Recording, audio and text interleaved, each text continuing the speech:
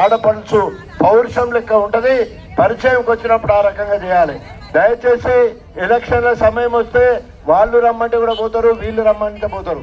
కానీ ఎవ్వరు మాట్లాడింది ఎంత నిజం ఉన్నదో చూడండి. మాట్లాడింది అంటే ఏ ఒక్కడు కూడా అబద్ధం లేదు. ఈ రోజు ఇట్లా అయిందంటే రాజన్న ఎమ్మెల్యేగా 4 సార్లు గెలవడం వల్ల పట్టణం లెక్క అయిపోయింది. నేను చదువుకునేటప్పుడు అక్కడ గాంధీ ఉండేది, ఇక్కడ గేట్ ఉండేది. ఈ మధ్యలో ఒక జోక్ ఇస్తే దవాఖాన మాత్రమే ఉండేది.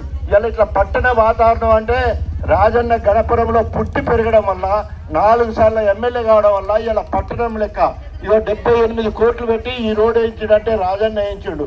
5 కోట్లు పెట్టి కింద రైల్వే పాస్ చేసిండంటే రాజన్న చేసిండు. తర్వాత పాఠశాల కాలేజీలన్నీ కూడా నేను చదువు వల్లనే ఇక్కడికి వచ్చిన. 2 ఏళ్ళు చదువుకోలే, 2 ఏళ్ళు చదువుకోక 5వ తరగతి 6వ తరగతి చదవలే. కానీ మళ్ళీ చదువు పోయి డాక్టర్ అయి దేశంలో పేరు తెచ్చుకున్నా.